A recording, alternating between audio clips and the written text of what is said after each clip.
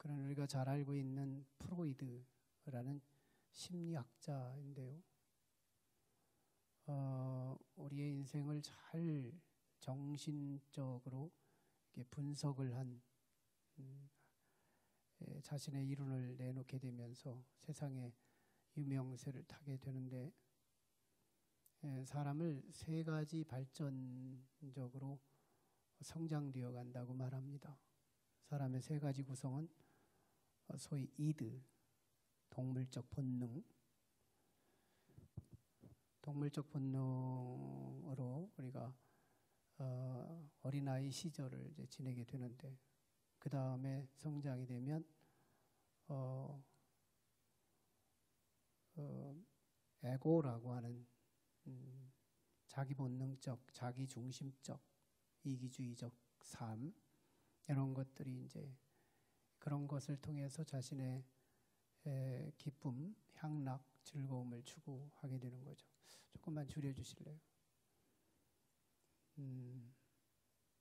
그 다음에 이제 세 번째는 슈퍼에고라고 해서 자신을 초극하고 자신을 넘어설 수 있는 힘, 여기에서 자신의 즐거움을 추구하고자 하는 그런 본능으로 살아간다. 그런데 사람의 출발점이 바로 동물 중심, 본능, 그리고 에고, 이것이 이제 어린 시절을 장악하게 되는데, 이때 자기 뜻을 관철하는 삶, 자기 뜻을 관철하는 삶, 사람의 본능, 이 출발점이 조금만 줄여주세요. 자기 뜻을 관철하고자 애쓰는 삶, 그것이 사람들의 공통점이라는 거죠. 내 뜻을 관철하는. 어린아이들 보면 뭐 똥을 싸놓고도 자기가 잘했다는 거죠.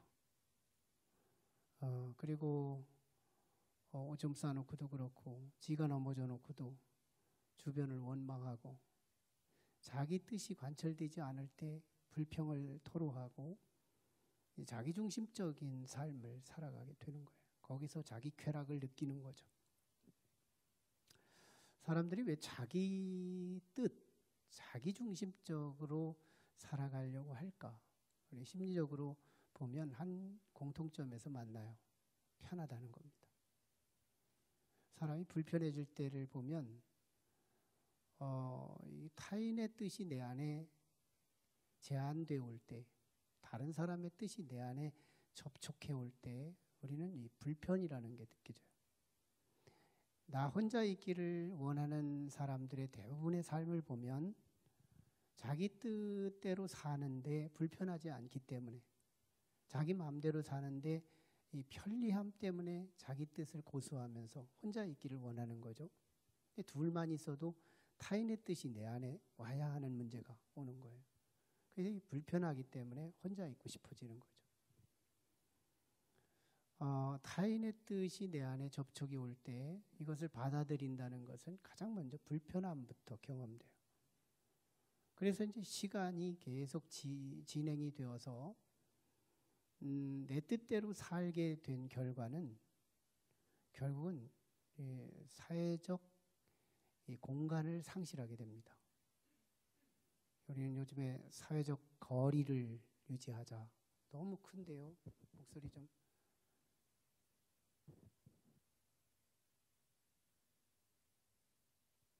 사회적 거리를 유지하자 하는 것처럼 사회적 공간, 나의 사회적 공간이 좁아들수록 굉장히 우리의 삶이 답답해지고 막혀지며, 이게 사케오가 경험했던 사케오이즘에 빠지게 되는 거죠. 내가 설 자리가 없는 거예요. 공간이 없어서, 물리적인 공간이 없어서 설 자리가 없는 게 아니라 이 공간, 관계의 공간이 없기 때문에 넓은 공간에서 좁게 느껴지는 것.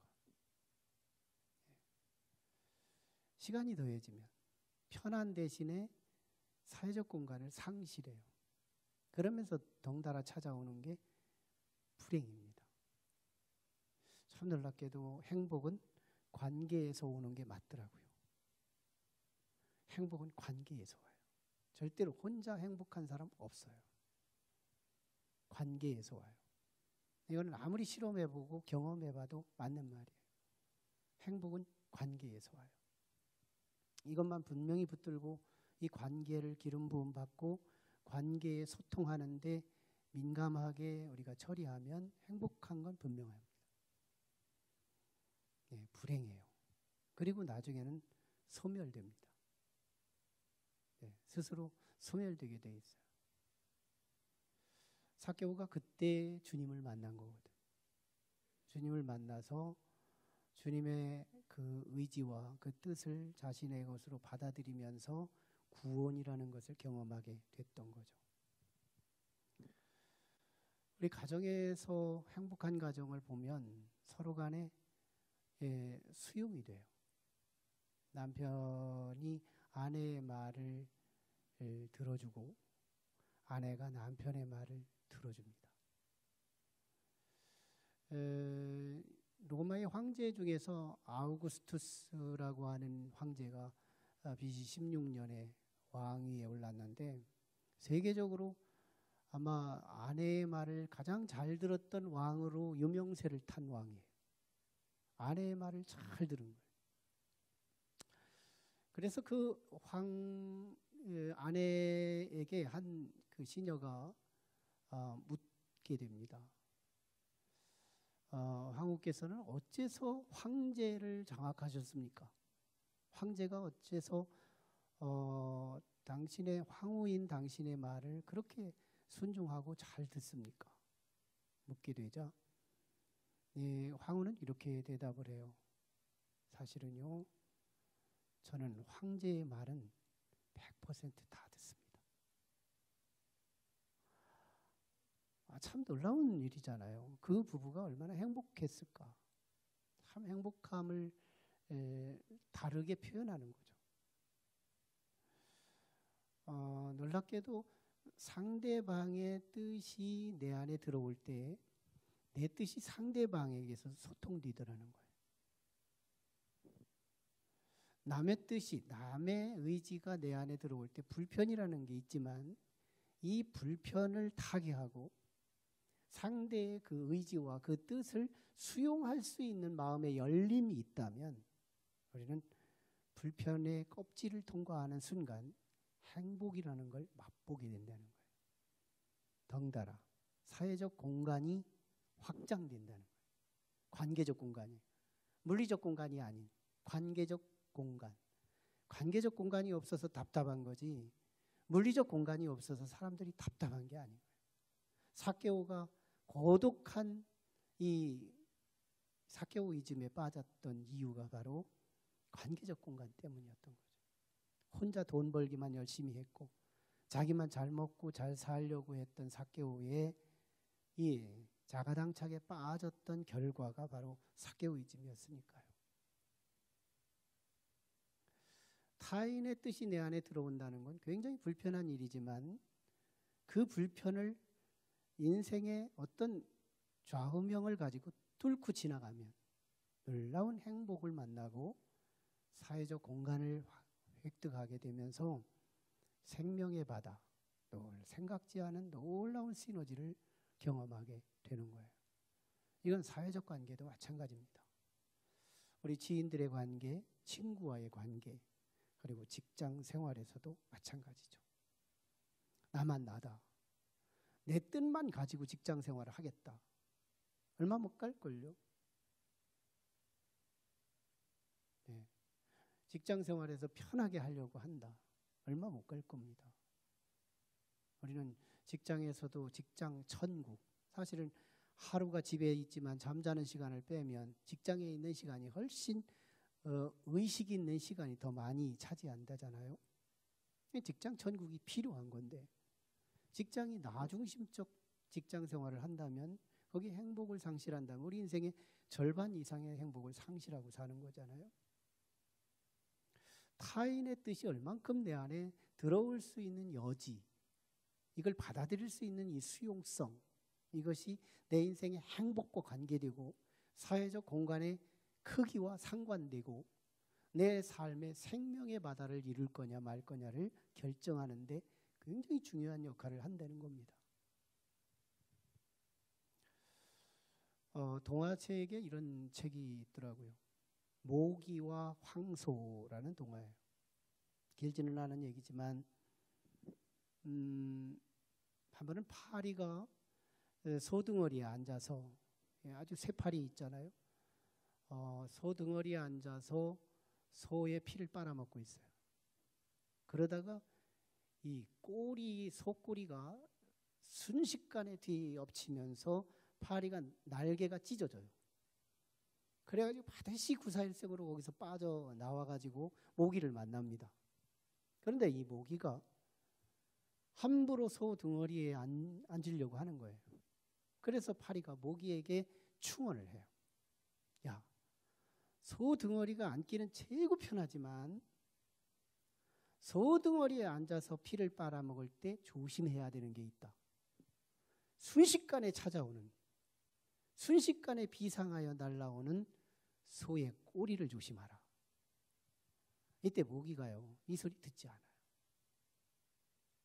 그랬다가 이 모기가 마지막에 소꼬리에 의해서 압사되어 죽게 되는 이야기. 여기서 말하고 싶은 동화 작가의 의도가 있는데 그게 바로 경청입니다. 어린 아이들에게, 성장하는 아이들에게 이 경청의 지혜를 말해주고 있는 거죠.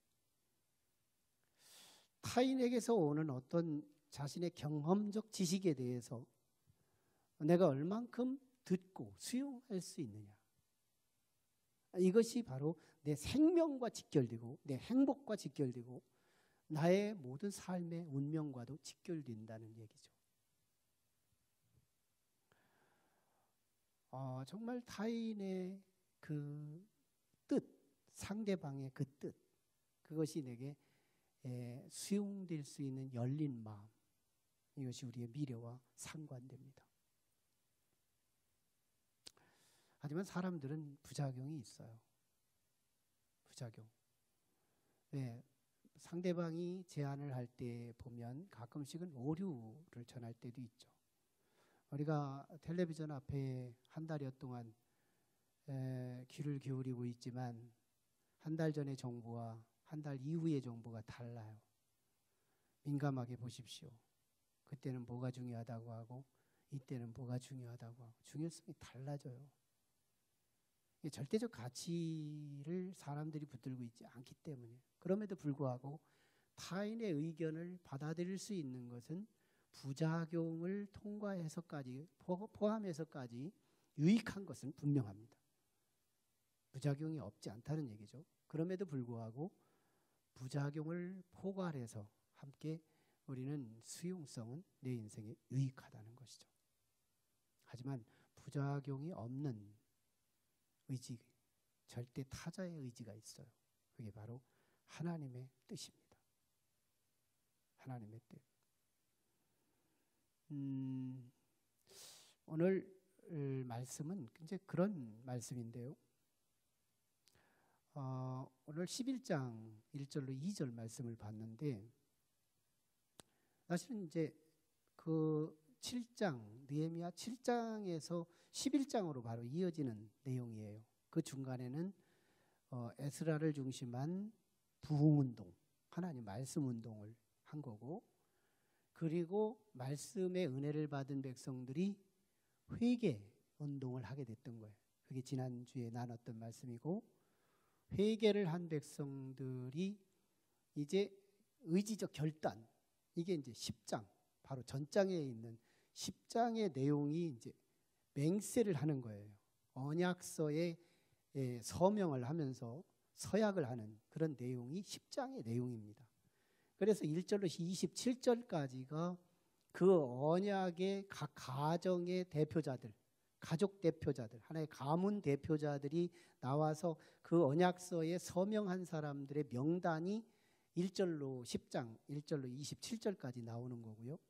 그리고 나서 28절부터 39절까지 끝절까지 10장, 그 내용이 바로 이제 하나님의 성전 중심적 예배 중심적 회복에 대한 내용이 나오고 있는 말씀이에요. 그리고 이제 직접적인 이야기는 7장에서 11장으로 바로 나와도 얘기가 끝나지 않아요. 흘러가요. 자연스럽게 흘러가는 내용인데 7장에서 어떤 일이 있었느냐 하면 느헤미야가 예루살렘 성전을 다 지었는데 예루살렘 공동화 현상이라고 그랬죠. 예루살렘에 사람이 없는 거예요. 2차 귀환자, 3차 귀환자는 있었지만 사람이 죽었어요. 근데 그들은 예루살렘에 머물러 있었지만 그들 가지고 예루살렘을 채우기는 너무너무 역부족인 거예요. 그래서 느헤미야가 1차 귀환자들 한 5만여 명이 되는 이런 인원인데 그들이 다 어디 갔나 하고 인구조사를 했던 것이 바로 느헤미야 7장의 내용입니다. 그 인구조사했던 그 자료를 바탕으로 삼아서 오늘 11장에 와서 그들을 모아놓고 누가 이 성전을 중심으로 성벽 안으로 들어가서 살 사람이며 성벽 밖에 살 사람들이 누구냐 하는 것을 결정해야 되는데 이때 느헤미야의 자의, 느헤미야의 인간적 지도력을 갖고 결정하지 않아요. 그리고 백성들에게 단순히 자원하는 공동체로 누구든지 자원하는 사람 예루살렘의 성전에 들어가라 이런 것도 허용되지 않아요. 왜? 여긴 부작용이 따르니까. 느헤미야가 당신은 여기 예루살렘 성전으로 들어오십시오. 이렇게 자꾸 끌어서 세운다고 해도 불만 세력이 있을 겁니다. 만약에 자원한다고 해도 불만 세력은 생기게 될 수 있어요.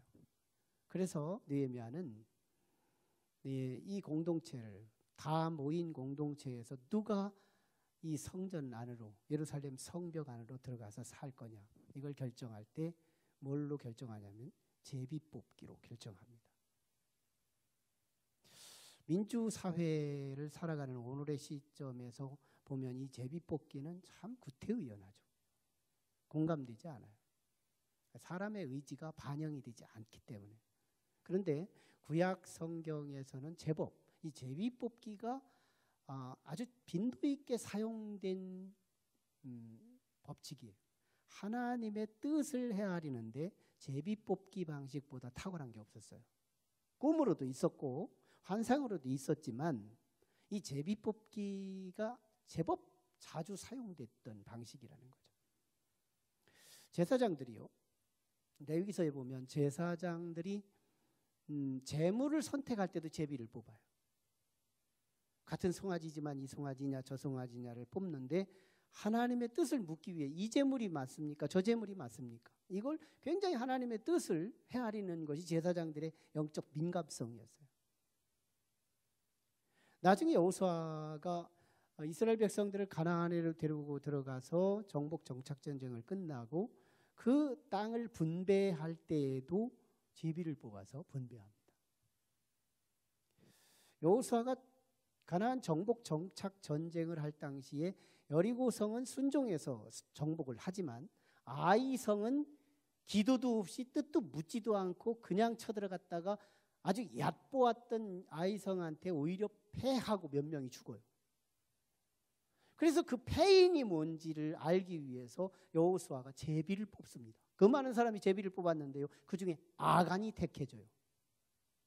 실제로 아간이 범죄를 저질렀거든요. 하나님의 말씀을 위배했거든요. 그게 쪽집게처럼 뽑혀진 거예요. 그래서 아간을 처단한 후에 하나님의 뜻을 다시 묻고 아이성의 전투했다가 2차전에서 승리했던 것이 바로 승리였거든요.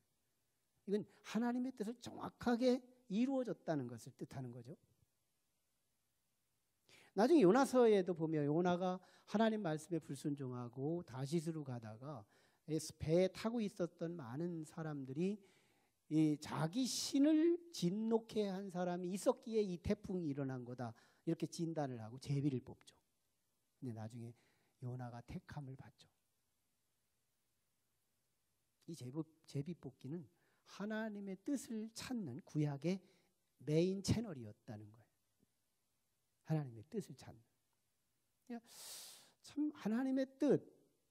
우리는 우리 아내의 뜻이 있고 남편의 뜻이 있고 부모의 뜻이 있고 직장 상사의 뜻이 있고 친구의 뜻이 있고 이런 뜻을 받아들이는데 부작용도 있지만 사실은 그걸 받아들이는 순간 나는 사회적 공간이 넓어지고 행복이 따라지고 생명의 법칙이 내 안에 내 주변에서 생명이 일어나는 것처럼 부작용이 없는 절대적 하나님의 그 뜻이 우리에게 수용될 때 우리는 어떤 부담이 와요? 뺏기는 것 같아요. 손해보는 것 같아요. 불편을 경험해요. 여러 가지 부작용들의 껍데기들이 우리를 자꾸 차단합니다. 하나님의 뜻을 받아들이면 내가 손해볼 게 많아. 내게 유익하지 않아. 불편해. 숙제가 주어져. 이런 것들이 자꾸 우리 이 껍데기에서 우리를 자꾸 차단시키는 거예요. 하나님의 뜻이 오면 안 돼. 내 마음대로 살아야 돼. 내가 판정하는 게 맞아. 하나님의 뜻을 수용했다가 내가 손해볼 때가 많았어. 이런 것들이 자꾸 하나님의 뜻을 차단하게 만드는 어둠의 권세의 세력이 있더라는 거예요. 그러나 보십시오. 성경은 하나님의 뜻을 받아들였을 때 빼앗기는 것이 아니라 넓어졌고요. 잃어버리는 것이 아니라 획득이 됐고요. 낮아지는 것이 아니라 높아졌고요. 그 지경이 좁아지는 것이 아니라 넓어지더라는 거예요. 이게 하나님의 뜻의 은총입니다. 이걸 알아야 돼요. 하물며 사람의 뜻이 수용이 돼도 사람 간에 주어지는 축복이 있는데 하물며 하나님, 절대 오류가 없으신 절대 하나님 그분의 뜻이 우리 안에 들어올 때 결코 우리를 망하게 할 거냐는 거예요. 아니라는 겁니다. 절대로 망하지 않는다. 망하는 것 같은 것이고 불편할 것 같고 우리의 지경이 좁아질 것 같고 빼앗길 것 같지만 놀라운 법칙은 우리의 지경은 넓어지고 우리의 마음은 촉촉한 행복이 흐르고 우리 주변에는 생명이 바다처럼 넓어지더라는 거예요. 이스라엘 백성이 제비를 뽑았습니다. 10분의 1이 택해진 거예요. 그런데요, 이 10분의 1이 2절에서 1절에서 선택이 됐고요. 2절에서 이 10분의 1이 다 자원하는 거예요. 어차피 끌려가는 건데요. 저항할 수 있었어요. 예루살렘의 성 안에 있으면 아직도 산발랏이 안 죽었어요. 도비아가 안 죽었어요. 게셈이 철수하지 않았거든요. 원수들이 살아있어요. 시퍼렇게 살아있는 원수들이 있고요. 기근이 아직 끝나지 않았어요. 위험이 도사리고 있어요. 그런데 이 성은 오히려 성이 없는 땅보다 좁아요. 공간이 좁아요. 이런 상황이 하나님의 뜻이라고 나를 제비를 뽑았을 때 저항할 수 있었거든요. 아닙니다. 아닙니다. 손사래를 치면서 하나님의 뜻을 수용하지 않을 수 있는 사람들이 있었을 수 있었어요. 근데요, 느헤미야 공동체 보세요. 벌써 말씀의 은혜를 받으니까 하나님의 뜻이 수용이 되는데 다 자원해버려요. 이건 순수 자원이 아니에요. 하나님의 뜻을 모르는 자들의 자원이 아니에요. 제비가 뽑힌 사람들의 자원이라는 거죠. 하나님의 뜻이라니까 아멘 하고 받아들였다는 얘기입니다. 이 일을요, 양면으로 경험했던 사람이 누구냐면 요나입니다. 요나가 하나님께서 요나는 유대인 대표자예요. 모든 유대인들의 의식이 요나를 통해 다 대표 단수로서 표현하려고 하는 것이 요나서인데 하나님께서 니느웨 백성, 아수르 백성들이죠. 니느웨 백성들. 그 사람들이 너무너무 죄악이 관영해서 꽉 차서 죄악의 분량이 차서 심판할 때가 가까워지는데 내가 만든 저 백성들이 심판당하는 게 너무 가슴 아파요. 그래서 하나님이 유대인의 대표자인 요나 선지자를 부릅니다. 내가 저 니느웨 백성들을 구원해야 되겠는데 네가 가서 좀 말씀 좀 전해달라. 요나는요, 유대인들의 모든 보편적인 마음을 이 요나를 통해서 드러내는 거예요. 아닙니다. 못 가겠습니다.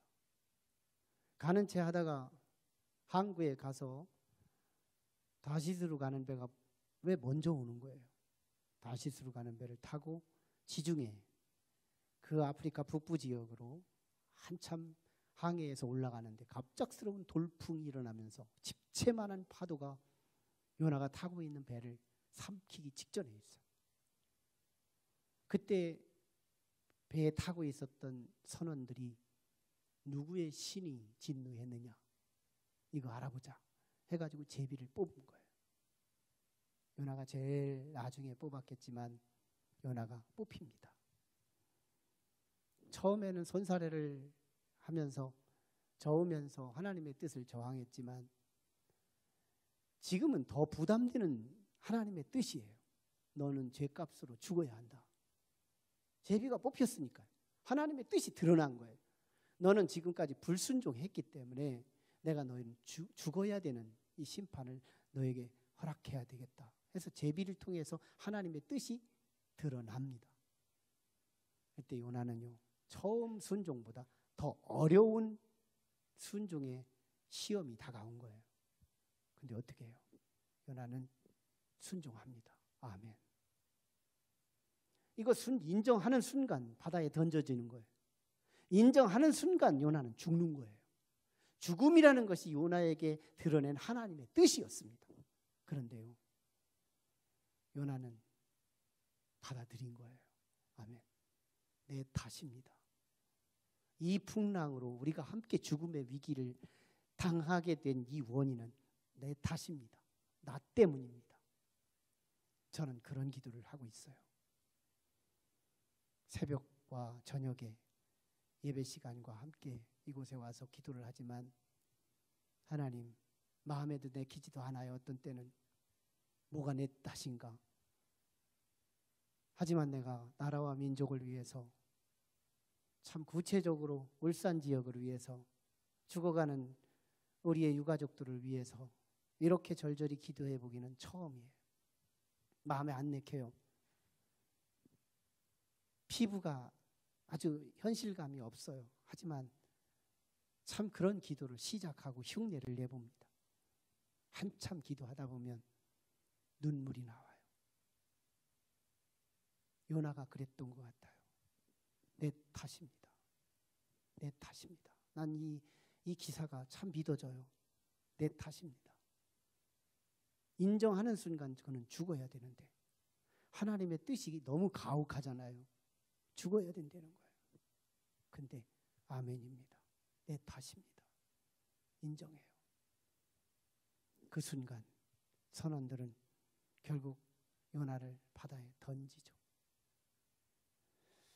참 내키지 않은 하나님의 뜻이었지만 수용하는 순간 하나님의 은총의 주권적 은혜가 지금부터 시작되죠. 상상할 수 없는 큰 고기를 준비하세요. 수면 속에서 육의 눈으로는 보이지 않지만 하나님의 구원의 방주를 준비하신 거죠. 부레에다가 코를 박았는지 물고기도 산소를 받아들이는 공간이 있다니까 어떻게 했는지 신묘막측한 하나님의 방식으로 그를 살려놓고 그 배 속에서 창자를 붙들고 기도하는데 물고기 입장에서 뭔가 하나 삼켰더니 배 아프기 짝이 없어 토해냈더니 육지에 나온 모래사장에 요나가 나온 거예요. 제2의 생명이죠. 죽음이라도 하나님의 뜻이라고 받아들였더니 죽을 줄 알았더니 사는 거예요. 와, 살았어요.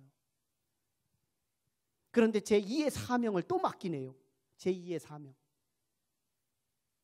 그래서 이제는 말씀을 그저 저들이 구원을 받는 건 상관없고 마지못해서 가서 복음을 전하는 거기 때문에 주신 말씀만 그대로 가서 전하는 거예요. 니느웨 백성들이요, 당신들이 회개하지 않으면 이 땅에 심판이 임한다고 하나님이 말씀하셨습니다. 회개하지 않으면 이 땅에 심판이 임한다고 하나님이 말씀하셨습니다. 그냥 이것만 계속 전하는 거예요. 그런데요, 이게 웬일이에요? 백성들이 회개하기 시작하는데 유대인들에게서 볼 수 없는 일이 벌어지는 거예요. 온 어린아이로부터 어른에 이르기까지 모든 백성들이 회개할 뿐 아니라 왕도 회개하고 왕의 명령하에 짐승들에게까지 베옷을 입혀가며 회개의 문화를 일으키는데요, 야, 요나가 깜짝 놀라는 거예요. 이런 일이 있구나, 이런 일이 있구나. 나중에 보세요. 결과를 한번 추산해 보자는 거죠. 하나님의 뜻을 받아들인 그 파급 효과가 얼마나 크게 나타나느냐 하면 자기가 살았죠. 근데 자기만 살았다면 원상복귀.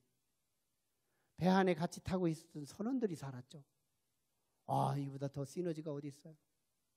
그뿐 아니라 니느웨 백성들이, 아수르 백성들이 다 살아났죠. 엄청난 이방인들이 선교가 이루어진 거죠. 하나님의 이름으로 말이죠. 요나서에 나타난 요나는 명예로운 이름으로서 요나서의 주인공이 됐죠. 명예도 회복됐죠. 자기 하나만 살고 끝나는 게 아니라 함께 동반했던 주변 사람들이 살고 이방인들까지 함께 사는 생명의 바다를 이루며 구원의 동인이 될 수 있었다는 거, 이게 얼마나 큰 축복이에요. 심지어는 죽음을 제한하는 하나님의 뜻이라도 죽음 앞에서 요나의 이 태도를 갖출 수만 있다면, 하나님의 넌 죽어야 돼 할 때 내가 이 죽음조차도 아멘하고 기꺼이 받아들일 수 있는 이 순종과 수용이 있다면 죽을 것 같지만 산다는 거예요. 나만 아니라 너도, 그들도 생명의 바다가 주변에 즐비하게 나 때문에 사는 역사가 일어나더라는 거죠. 그게 예수 그리스도를 통하여 사실은 온전히 이루어지잖아요. 예수님은 한 생에 착하게 사셨어요. 모든 지식을 다 쏟아내요. 무지한 백성들을 하나님의 나라의 유식한 백성으로 바꿔놓습니다. 정말 질병이 많고 아픔이 많고 고통이 많은 이 갈릴리촌의 백성들을 예수 만나면 다 해결되는 거예요. 치유되고 회복되고 구원되고 죽은 사람도 살아나고, 소망이 없던 백성들에게 하나님 나라의 복음을 선포하고 외치며 한 생애를 살아요. 근데 인생의 끝자락에 십자가가 다가오는 거예요. 이게 억울한 일이죠. 나는 죄도 없는데 죄인이라는 거죠. 나는 착한 일로 살았는데 죽어야 된다는 거죠. 이게 하나님의 제안이고 하나님의 뜻일 때 이게 정말 받아들이기가 쉬웠겠냐는 거죠. 인간으로 오신 예수 그리스도는 정말 수용하기 어려웠습니다. 겟세마네 동산에서 주님은 이 부분을 가지고 몸부림치며 저항을 하는 것이죠. 주여, 그냥 지나가게 하옵소서. 십자가 없이 구원하게 하옵소서. 인간으로 오신 연약한 예수 그리스도의 기도는 현실감이 넘쳤어요. 그러나 그는 기도의 후반부에 바뀝니다. 다윗의 기도가 바뀌는 것처럼. 시편에 나타난 다윗의 기도를 보세요. 전반부는 용어, 단어, 여과되지 않은 단어들을 그대로 쏟아내요.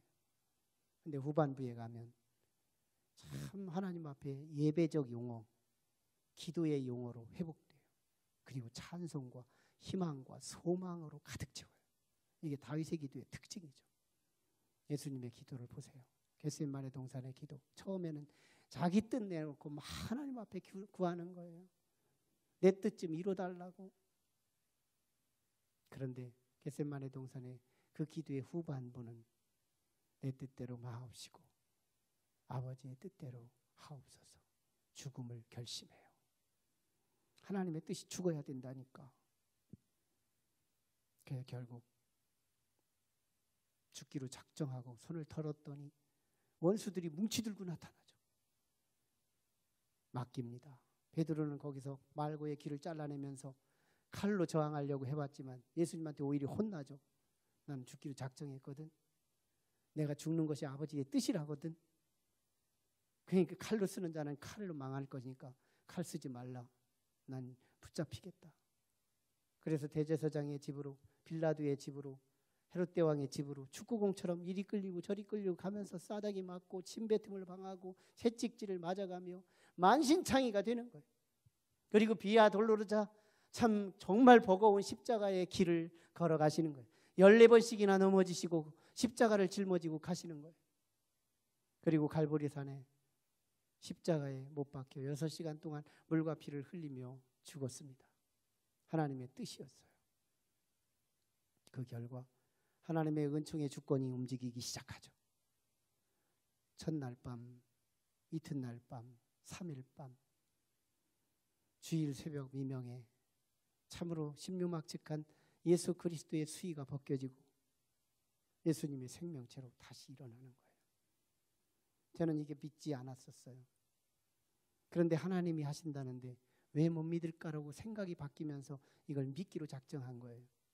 예수님이 사신 거예요. 근데 놀랍게도 예수님은 생명 사망 권세와 이겨서 승리한 자의 대표자가 되면서 그를 믿는 자마다 멸망치 않고 영생을 얻게 하는 자의 주인공이 됐다는 겁니다. 저는 인구조사의 사이트 하나를 갖고 있어요. 매일같이 인구가 얼마나 늘어나나 실시간 추가되는 인터넷 사이트가 있더라고요. 지금 대략 크게 잡아서 정말 77억 인구가 넘어가더라고요. 77억의 인구.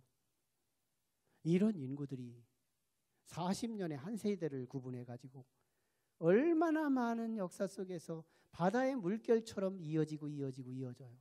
예수님 이전의 시대와 이후의 시대에 많은 생명이 있을 때 한 사람 예수 그리스도가 죽음 앞에서도 순종한 결과 예수 믿는 사람들이 영원한 생명의 주인공이 되고 천국에 들어가는 라이센스를 얻고 구원을 받는 역사를 보면 순종의 그 축복이 얼마나 대단한지를 알게 되는 거죠. 주님은요, 너희 작은 십자가를 지고 나를 쫓을지니라. 이게 예수 믿는 거다. 이렇게 말씀합니다. 이 시대에 우리 세계교회는 참 이 코로나 바이러스로 역사의 한 중간중간마다 보내주시는 시련이라고 봐요. 그런데 이게 우리 시대에 있었다는 게 참 한편으로 불안하면서 한편으로 감사하기도 해요. 하나님은 이 역사를 통해서 분명히 당신의 뜻을 이루어 가실 겁니다. 그런데 위기도 있어요. 그 가슴에 그리스도가 없이 부모님 따라서 교회 온 사람들, 그 안에 하나님의 씨가 없는 사람들이 이 시기에 거의 떨어져 나갈 거라는 사실입니다. 세계교회가 그렇고요. 한국교회는 더더욱 그렇고요. 3주만, 3번만 예배의 공간에 오지 않으면 안 믿는 사람은 해석이 달라져요. 내가 교회를 안 왔는데도 하나님이 천벌을 내리지 않네? 왜? 하나님은 사랑의 하나님이시거든요. 그래서 기다리는 분이거든요. 근데 이 해석이 달라져 버리니까 사실보다 해석이 더 중요한 건데 해석이 달라지니까요. 내가 교회를 안 갔더니 더 안전하네, 더 평안하네, 더 건강해졌네. 이런 해석으로 가는 거예요. 그래서요, 3번 교회를 안 나온 사람들이 4번째 그 안에 예수 생명이 없는, 하나님의 씨가 없는 사람들은 다시 이 자리로 복귀되기가 쉽지가 않아요. 그래서 모든 이 예배가 회복된다는 것, 100% 회복된다는 것을 보장할 교회가 이 땅에 없습니다. 근데 그게 나일 거냐는 거예요. 그게 내 부모님일 거냐, 내 아내일 거냐, 내 남편일 거냐, 내 가족일 거냐, 이게 관건인 거예요. 하나님은 이 시기에 우리를 향하여 뭘 원하실까요? 난 느헤미야 시대에 원했던 그 뜻과 이 시대에 하나님이 원하는 그 뜻은 일치한다고 확신합니다. 보십시오. 10장을 보면 알아요. 10장에 그들이 말씀 듣고 은혜를 받은 뒤에 1절로 27절까지가 이 언약에 맹세한 사람들의 가족 명단, 가문 명단이 기록이 된 것이라면 28절부터 마지막 절까지가 예배 모든 제사 제도의 회복을 각오하고 결단하는 내용이 이제 이 말씀인 거예요. 그동안에 느헤미야 공동체가 어떻게 했는지 제사가 없었어요. 나팔절이 없었고 초실절이 없었고 어떤 유월절이 없었고 절기를 안 지켰던 거예요. 다시 말하면 예배가 없었던 거예요.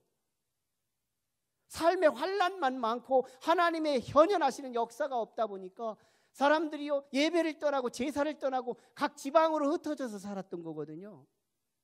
그래서 그들이 말씀을 붙들고 다시 예스라와 함께 회복됐던 게 뭐냐면 10장에서 제사 회복이었던 거거든요. 그들이 맹세한 건 오직 제사뿐이었어요. 이방인들하고 28절 한 절 자체가 이방인들과의 통혼했던 관계를 끊어버리겠다는 각오와 결단이 하나 있고 난 뒤에 성의를 지키겠다는 얘기하고 하나님의 성전을 버려두지 않겠다는 이야기가 주류를 이루고 있는 내용이에요. 특별히 보세요. 39절 하반절에 보면 우리 하나님의 전을 버려두지 아니하리라. 이들이 결단하는 거예요. 이게 하나님의 뜻이라는 거죠. 우리 하나님의 전을 버려두지 아니하리라. 또 이제는 정한 시간, 이게 34절에도 보면 그 시간을 내가 하나님 앞에 드리겠다는 거예요. 시간들이죠, 장소들이죠. 이게 예배라는 겁니다. 그래서 오늘 우리에게 주어지는 하나님의 뜻을 우리는 묵상해 보는 거예요. 이 시기가 예배가 가장 흐트러졌고 예배가 희석됐고 그렇잖아요. 그럴 때 가장 먼저 하나님은 우리를 향하여 무엇을 원할까? 예배의 회복이라고 믿습니다. 요한복음에 보면 예배하는 자들의 신령과 진정으로 예배하는 자를 하나님이 찾으신다고 말씀하고 있잖아요. 오늘 우리는 다시 예배를 회복하는 거예요. 물론 중직자들이나 그 안에 그리스도의 생명의 씨앗이 있는 사람들은 자원에서 회복될 것은 분명합니다. 문제가 있어요. 덩달아서 교회 온 사람들, 믿음이 연약한 분들, 그들이 이 자리에 오기까지는요 전도가 필요해요. 가장 먼저는 내 자신이에요. 나의 예배가 회복되기를 주님은 원하십니다. 내 예배, 나의 예배, 1대1로 만나는 주님과의 미팅의 예배, 더불어서 우리 가족들을 이제 부흥시켜야죠. 우리 남편, 우리 아내, 우리의 부모님, 우리의 자녀 함께 우리 주님께 같이 예배로 가자. 이거 함께 독려하고 격려하고 인도하고 이끌어서 하나님의 뜻을 채워야죠. 더 욕심부려요. 저는 19년 차 열린 모임을 이제 16년 가까이 하지만요. 이거 하면서 오해를 하는 것이 있더라고요. 영혼을 중심으로 2명씩 우리가 인도 좀 하자. 주님께 2명씩은 기도하고 같이 품고 기도하며 관계를 좀 맺어가면서 주님 앞에 한번 열매를 좀 드러내보자. 이렇게 권면을 하면 이게 제 일이라고 생각해요. 어떤 성도의 수를 채운다고 생각하는 우리 성도들이 없지 않더라고요. 처음에 열린 모임을 도입했을 때도 그랬고 중간에도 그렇고 참 이게 내 일이라고 생각하는 거예요. 저는 솔직한 얘기로 고백합니다. 저한테 도움이 되는 건 분명하죠. 인정합니다. 그렇지만 제 양심적으로 저한테 유익을 위해서 그러지 않아요. 최소한 저는 저하고 함께 있는 사람들에게 분명히 하나님의 뜻으로 함께 가고 싶어서, 그래서 시간이 지나고 나면 목자를 잘 만나서 나로 인해서 부흥의 역사를 이루었구나, 나 때문에 면류관을 얻었구나, 이런 소리 듣고 싶습니다. 솔직한 얘기로 그래요. 정직하게 그렇습니다. 이걸 저는 강조하고 싶어요. 아니에요. 저 자신 때문에 영혼을 구원하자 말하지 않습니다. 함께 영혼을 품고 같이 내 주변에 정말 예배자로 같이 예배할 수 있는 우리 가족이 되고 우리 지인이 되고 우리 직장의 동료들이 될 수 있다면 아마 여러분을 향하여서도 내가 좋은 지인을 만나서, 내가 좋은 가족을 만나서, 내가 좋은 직장인을 만나서 나한테 이런 축복을 얻게 하는구나. 최후의 그 소리는 들어야 되지 않겠냐는 거예요. 전도하자는 그 말은 나와 함께 예배할 자를 챙기자는 그 말이니까요. 우리는 이게 하나님의 뜻이라고 하면 억지라고 할 수 있지만, 저는 느헤미야를 그대로 강해하면서 느헤미야의 맥이 잃어버린 제사를, 잃어버린 예배를 회복하자는 것이 주 목적이기 때문에 이 말씀하고 저는 굳이 연결시켰을 뿐입니다. 내 예배를 회복하고 내 가족과 지인들의 예배를 회복하며, 더 나아가서 전혀 교회에 올 생각도 하지 않는 그들을 가슴에 품고 함께 기도할 수만 있다면, 이게 수용되어서 이것이 그리스도를 따라가는 작은 십자가라면 나도 이번에 순종해 보겠다. 이 순수함, 이것이 우리에게서 한번 몸부림치고 신용이라도 한다면 하나님은 놀라운 신령한 새로운 주권의 움직임을 시작할 겁니다. 요나를 위하여 물속에서 움직임이 있고 물 밖에서 새로운 역사가 기다렸던 것처럼, 그리스도의 십자가 이후에 생명의 법칙이 이 땅에 가득했던 것처럼, 오늘 우리 주변의 행복은 물론, 사회적 공간과 영적 공간의 확장은 물론, 우리 주변에 생명이 가득한 역사가 일어나게 될 것을 확신합니다. 기도하시죠.